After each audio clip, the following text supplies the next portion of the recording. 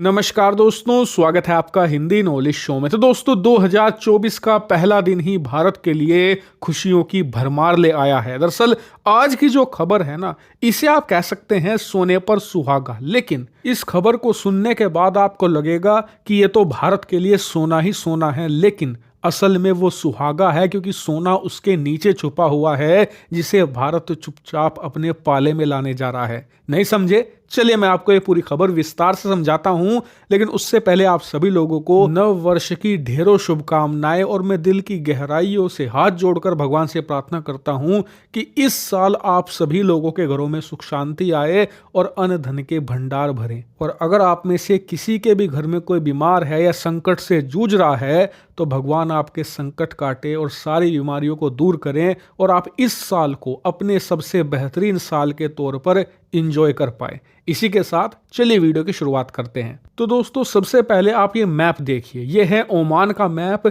जो Saudi Arabia और UAE के साथ साथ यमन के साथ भी अपनी सीमा साझा करता है। और जैसा कि आप देख सकते हैं, ये एक अच्छा खासा बड़ा देश है, पैसे वाला देश है, बहुत अमीर कंट्री है। और इस देश की सबसे खास बात यह है कि सऊदी और यूएई या फिर बाकी के अरब देशों की तरह कभी भी ये अपने पैसे का दिखावा नहीं करते। ये चुपचाप अपने पैसे को दबाकर रखते हैं, उन्हें इन्वेस्ट करते हैं, फालतू की बड़ी बड़ी बिल्डिंगें वगैरह ये नहीं बनाते। और इसीलिए इस देश को एक साइलेंट रिच कंट्री के तौर पर भी जाना जाता है। और आपको बता दूं कि इस कंट्री का भारत से बहुत खास नाता है। कैसा नाता? दरअसल इस देश के जो राजा हैं, जो किंग हैं, उनके राज परिवार में एक परंपरा है। और ये परंपरा ये है कि जो भी प्रिंस होता है, यानी कि आने वाला जो राजा होता है, उसे भारत में पढ़ाई करनी होती है। अब से पहले जो किंग थे, जो उनकी डेथ हो गई है अब से कुछ ही महीने पहले, उन्होंने भारत में पढ़ाई करी थी। और अब इस समय जो ओमान के किंग हैं, उन्होंने भी भारत में पढ़ाई करी है। और बताया जा रहा है कि आने वाले समय में जो भी प्रिंस होगा वो भी भारत में पढ़ाई करेगा। इसी वजह से इस देश के राज परिवार के साथ भारत के बहुत ही ज्यादा गहरे संबंध है। लेकिन अब जो होने जा रहा है वो इन संबंधों को मजबूत से अटूट बनाने जा रहा है। दरअसल हुआ यह है कि पिछले महीने यानी कि दिसंबर 2023 में ही ओमान के जो इस समय राजा हैं, जो किंग हैं, जिन्हें सुल्तान कहा जाता है, वो भारत के दौरे पर आए थे।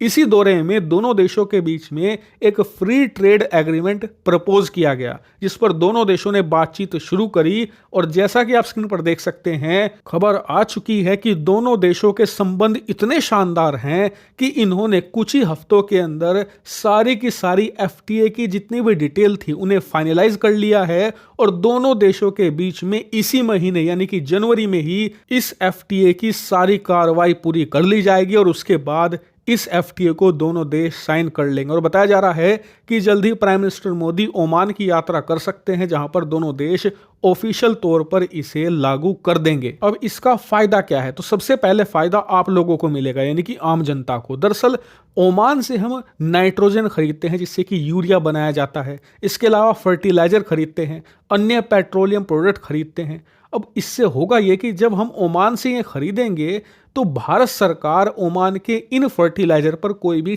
टैक्स नहीं लगाएगी, कोई भी एक्स्ट्रा टैरिफ नहीं लगाया जाएगा, जिससे कि जो फर्टिलाइजर्स हैं, यानी कि यूरिया आप जो खेतों में खाद इस्तेमाल करते हैं, वो बहुत ज़्यादा सस्ता हो जाएगा, जिससे कि आम जनता खास करके किसानों को राहत मिलेगी। इसके अलावा जो पेट्रोलियम गैस है, हर साल ओमान से हम करीबन $1 बिलियन यानी कि लगभग 8,000 करोड़ रुपए की कीमत की खरीदते हैं, उस पर भी कोई टैक्स नहीं लगेगा। इसके अलावा क्रूड पेट्रोलियम हम खरीदते हैं, जो हर साल करीबन $3 बिलियन का होता है, यानी लगभग 20,000 करोड़ का, उस पर भी कोई टैक्स नहीं लगेगा, वो भी सस्ता मिलेगा और आम जनता को उसका डायरेक्ट बेनिफिट मिलेगा। और डेफिनेटली इससे ओमान की सरकार को भी फायदा होगा, क्योंकि ओमान के जो पेट्रोलियम प्रोडक्ट हैं, जो फर्टिलाइजर हैं, जो नाइट्रोजन है, जब वो भारतीय मार्केट में आएगा तो बाकी देशों के मुकाबले वो सस्ता होगा, क्योंकि उस पर कोई टैक्स नहीं होगा। इसीलिए वो भारत में और ज्यादा बिकेगा, ओमान की सरकार को और ज्यादा रेवेन्यू जनरेट होगा।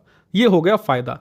अब बात करते हैं भारतीय प्रोडक्ट की। देखिए, ओमान एक ऐसा देश है जहां पर ज्यादातर आपको रेगिस्तानी मिलेगा, खाने पीने की ज्यादातर चीजें वहां पर नहीं उगाई जाती। खजूर वगैरह होते हैं थोड़ी बहुती और फसलें होती हैं, लेकिन ज्यादातर ये देश अपनी जरूरत का खाने पीने की चीजें इंपोर्ट करता है, यानी कि दूसरे देशों से खरीदता है। क्योंकि भारत भी एक बड़ा एक्सपोर्टर है अरब देशों में खाने पीने की चीज़ों का।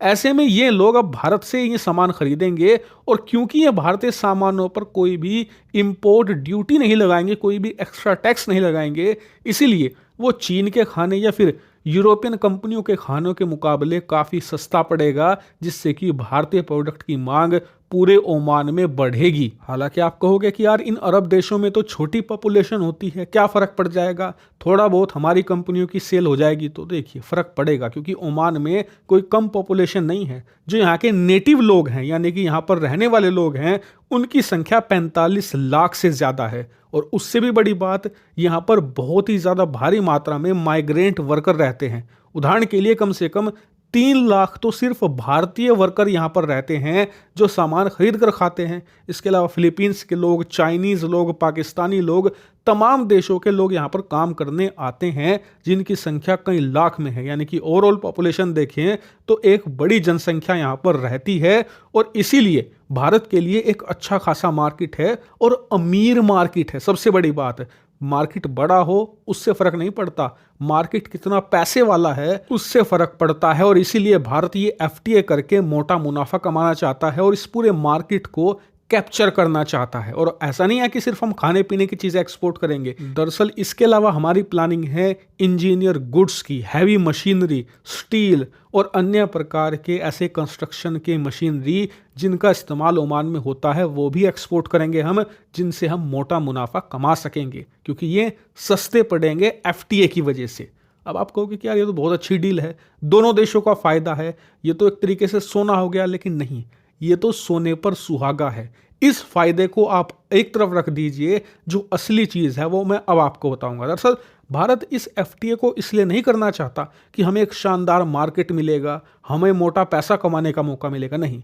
दरअसल भारत ओमान के साथ एक अटूट रिश्ता कायम करना चाहता है और ओमान को पूरी तरीके से अपने ऊपर निर्भर बनाना चाहता है। क्यों?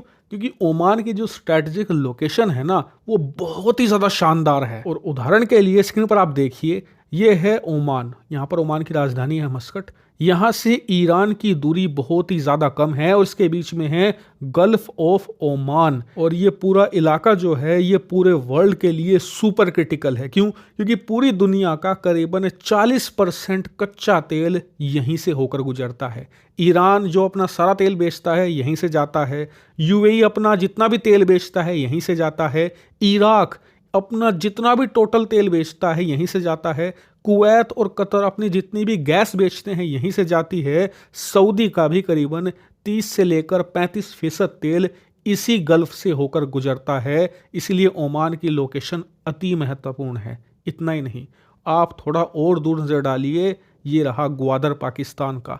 आप खुद सोचिए कि ये कितना ज़्यादा नज़दीक है ओमान से, और इसके मुकाबले भारत से कितना दूर पड़ता है ग्वादर। ऐसे में आप खुद सोचिए कि इस स्ट्रेटेजिक लोकेशन पर अगर भारत एक सैन्य बेस बना देता है, ऑलरेडी वहाँ पर हमारी मिलिट्री की प्रेजेंस है, लेकिन मैं बात कर रहा हूँ एक फुल फ्लेज्ड मिलिट्री बेस की, जैसे कि अमेरिका ने जापान में बना रखा है, कतर में बना रखा है, सऊदी में बना रखा है, ऐसा ही मिलिट्री बेस अगर हम ओमान पे बना देना, तो ऐसे में हम पूरी दुनिया की एक बड़ी ऑयल सप्लाई को कंट्रोल कर सकते हैं, ग्वादर को सीधे काउंटर कर सकते हैं, और एक तरीके से पूरे अरब वर्ल्ड का दरवाजा हमारे हाथों में होगा। जब मर्जी होंगी खोलेंगे, जब मर्जी होंगी बंद कर देंगे। इसलिए भारत ओमान के साथ क्लोजेस्ट संबंधों को एक ऐसे अटूट धागे में बांधना चाहता है जो कभी टूटे ना, और ये होगा एफटीए का रास्ता। क्योंकि हम व्यापार के मामले में ओमान को अपने ऊपर इतना निर्भर बना देंगे कि कोई और देश ओमान पर प्रभाव